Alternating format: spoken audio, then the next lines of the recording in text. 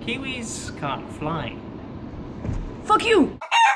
Oh, hi, hello, long time no see. This is brought to you by the nostalgia-ridden joy that is clearing out your childhood bedroom and just finding a bunch of stuff that you had forgotten you had or had held on to but have kind of lost all justification for keeping. So I'm going to tell you about two such items today that I've kept because they were once inside me, which I just think is fun and weird, and I like keeping them and being like, look at this thing, but I really can't justify hanging on to them anymore. So I thought if I tell you about them, then at least I can still sort of keep them, in that they'll be in this video, but they will no longer be taking up physical space in my room or mental space in my brain. So let's go! Please excuse all noise from the dogs in the background, they're just having a time. The first of these items is from when I got a horse for Christmas, the year that I turned 18. My sister and I often argue about whose horse it was.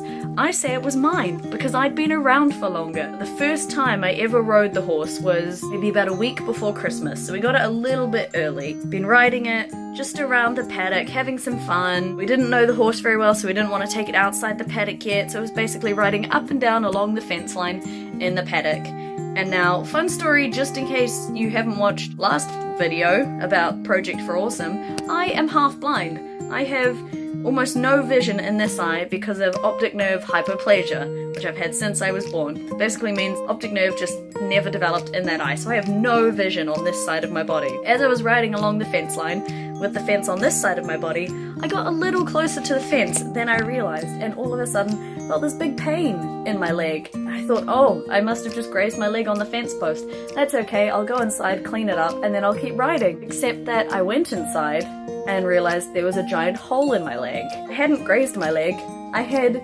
punctured my leg on this fiberglass rod that is where... Can you two shush? This fiberglass rod is where the electric fence used to be attached. Fortunately, it was no longer attached because it went inside my leg to about there. There is my flesh.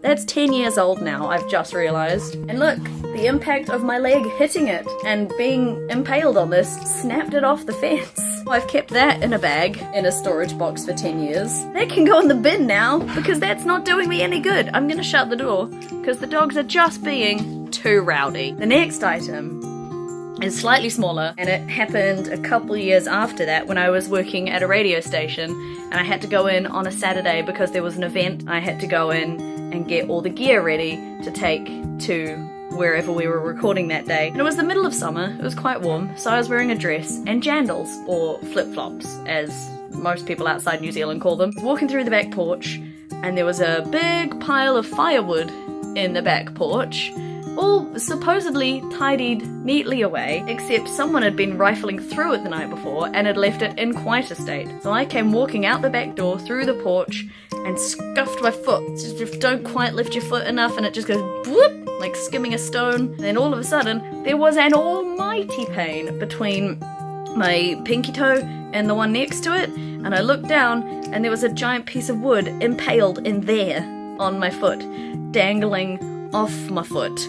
I was in a lot of pain. My dad sat me down and had to snap off the bit of wood that was still inside my foot, so it was small enough that I could actually get in the car, and then we drove to hospital to have it removed. It was embedded so deeply in my foot that I could see the tip of it pressing up against the top of my foot. That is how much was inside my foot.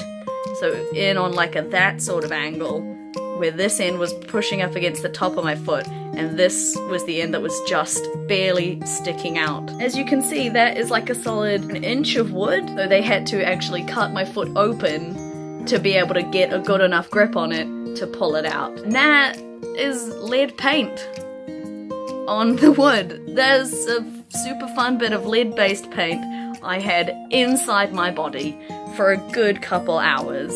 Amazingly, no adverse side effects beyond having to get stitches. That has lived in this fun little storage container thing for 7 years now, thereabouts.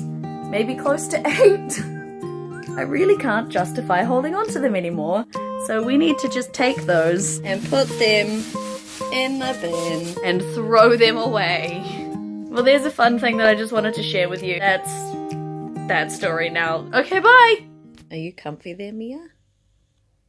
Is it good? You feeling nice and cozy? Not in anybody's way? Oh.